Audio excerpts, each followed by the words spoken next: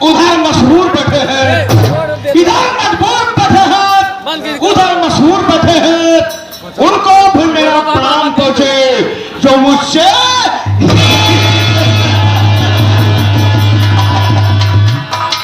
ईमान मारे रहते हैं ईमानों के चक्कर में, ईमान मारे रहते हैं ईमानों के चक्कर में, और मुस्कुराते हैं तूफानों के चक्कर में। कुरान के आए से तो आंखें निकाल लो और सीना जमी का भाग का पानी बुझाओ। माने में तूफान, माने में तूफान, माने में तूफान, तूफान है न कभी सर झुकाता है, बगावत जो किया है मौत के।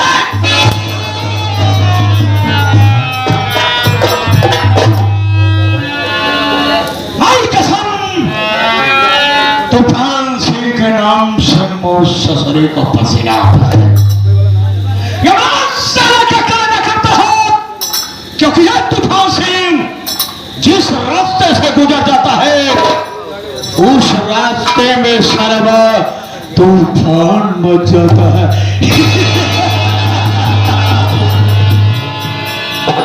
हाँ साथियों, मैं कहीं और का नहीं, इसी उत्तर प्रदेश मुरादाबाद जिले गांव बिश्नौर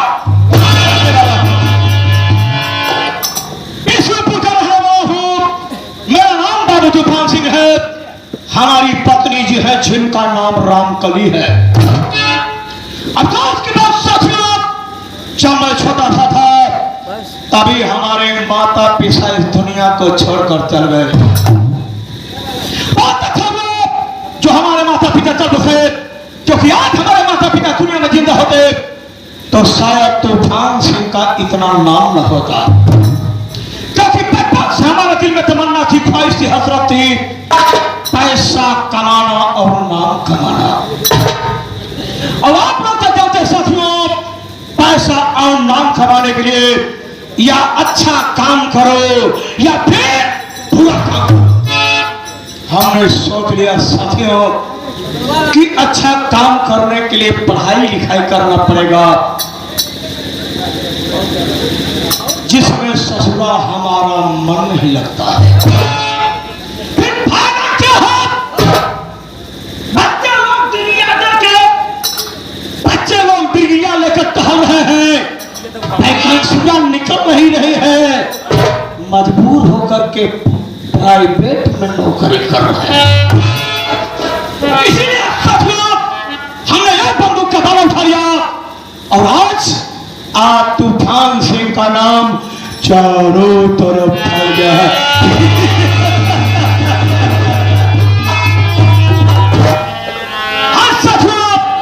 हमारी शादी कहां हुई है?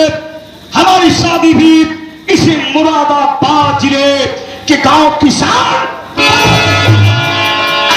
हमारे सारे का नाम है फौजी मंगल सिंह और मंगल सिंह की एक पत्नी है जिसका नाम साथियों मोहनी है। बाप रे बाप, जैसे उसका नाम साथियों मोहनी है, जब से मैंने उसको देखा है वो ससुरी हमको बिल्कुल मोह चुकी है।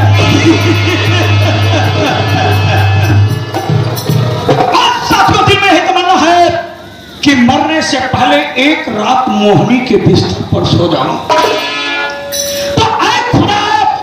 मरने से पहले मुझको मोहनी के बिस्तर पर सुला। उसी मोहनिया की एक बेटी है जिसका नाम साथियों रागिनी है। ये मंगल सिंह फौजी की शादी होने के पहले एक दिन मैं अपने ससुर जी के पास पहुंच गया। हमने कहा ससुर जी नमस्कार। हमारा ससुर हमारे ऊपर भड़क गया, कहने का तू कैसा दामाद है, हमारे पैर नहीं पड़ता है, हमसे नमस्कार करता है। हमने कहा ससुर जी जमाना चेंज हो रहा, तुम भी थोड़ा सा चेंजिंग कर लो। अब पैर छूने और प्रणाम करने का जमाना नहीं, अब तो ससुर जी सीधे नमस्कार का जमाना।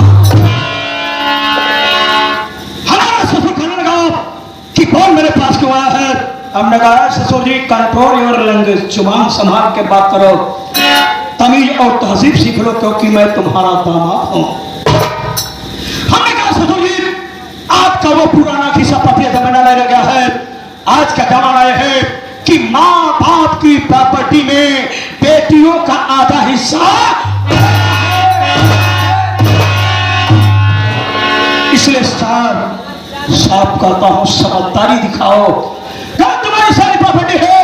सारी प्रॉपर्टी में से आधा हिस्सा हमारी पत्नी रामकली के नाम लिख दो, ताकि तुम्हारी बेटी और हम सुकून की जिंदगी जी सके।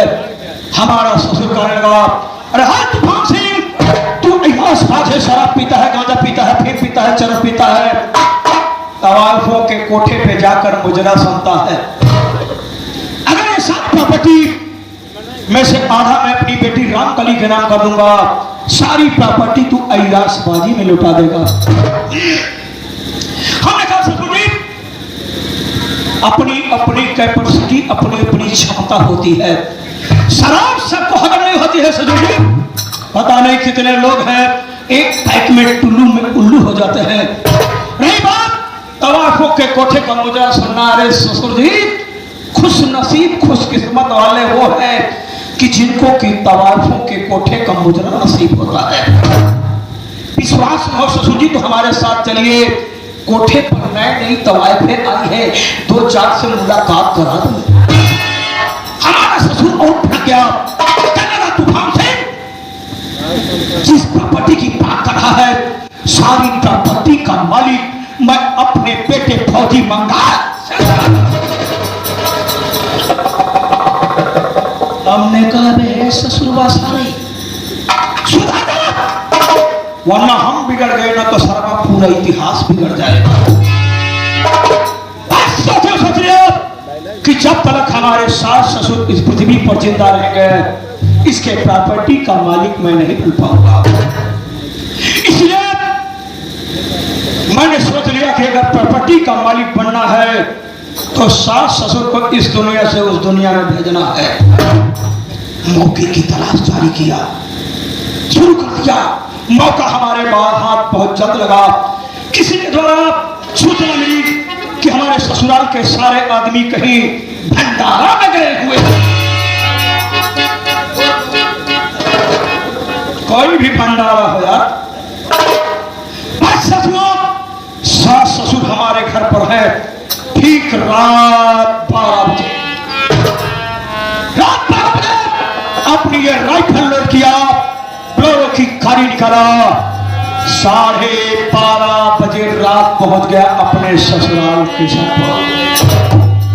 देख रहा हूं चारों तरफ से शटर लॉक है, तीसरी मंजिल पे जाने के लिए कोई रास्ता नहीं। हमने कहा हो गई घाट, लगता है सर्वा हमारा सपना अधूरा रह जाएगा। धीरे धीरे साथियों हमने अपनी निगाहें जब तीसरी मंजिल की तरफ बढ़ाया तो क्या देखता हूं, वहां से एक पानी गिरने वाली पाइप नजर आई। उसी पाइप के सहारे में तीसरी मंजिल पर पहुंच गया तो क्या देखता हूं, हमारे सास ससुर खिड़कियां खोल करके मौसम का ताजा हवा ले रहे थे।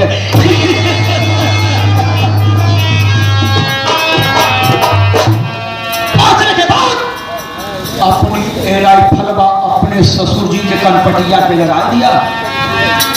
हमारे ससुर जी की नींद खुल गई, वहां से भागना था। हमने कहा ससुर जी भागने की कोशिश मत करो, और तीसरी मंजिल से अगर कूदे तो वृद्धा अवस्था में हाथ पांव टूट जाएगा, और कलयुग के बच्चे इतने समझदार नहीं कि तुम्हारी सेवा कर देंगे। हमारे दिमाग में खटका, हमने अपने बंदूक का ट्रिगर दबा दिया। हमारे ससुर के खोपड़िया में बारूद है।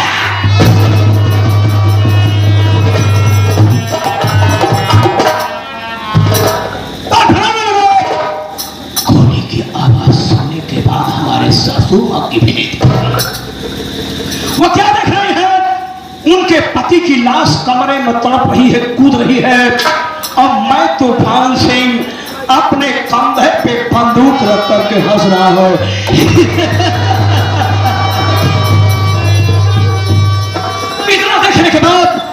हमारी सासू माँ कहने लगी तूफान सिंह, मैं तुझको दामाद ने अपना बेटा समझती थी, तो हमने मंगिया का सिंदूर मिटा दिया रे। अभी मैं कानून के सिपाहियों को बुला करके तेरे हाथों में हथकड़िया और पांव में बेड़िया पहना दूंगे। हमने कहा सासू माँ, कौन से कानून की बात करती हो? कानून के सिपाही सिर्फ कानून की रक्षा करते हैं, तुम्हारा दामाद तो कानून तोड़ने का कंट्राक्ट लेता है। नहीं सासू माँ, जो ही फोन की तरफ हाथ बढ़ाना चाहा, मैंने फोन का तार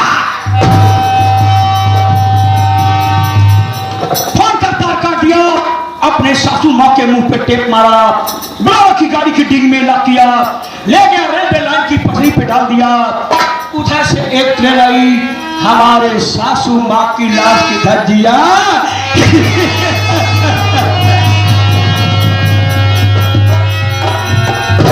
मार गई सारी बुढ़िया तबला तबला करके। अब बचा है तो सिर्फ फौजी मंगल सिंह, वो भी कभी न कभी बॉर्डर पर शहीद हो जाएगा। अगर बॉर्डर पर शहीद नहीं हुआ तो जैसे उसके माँ बाप को मारा था, एक दिन फौजी मंगल सिंह को दे। तो यह रहा साथियों हमारा बायोडाटा। हमारे सामने साहब ने हमारे पास फोन किया था कि कल रक्षाबंधन का त्योहार है, मैं तुम्हारे दरवाजे पर आ रहा हूं और अपनी बहन रामकली से अपने कलाई में राखी बंधवाऊंगा। तो चलता हूं, ये खुशखबरी मैं अपनी पत्नी रामकली को देता।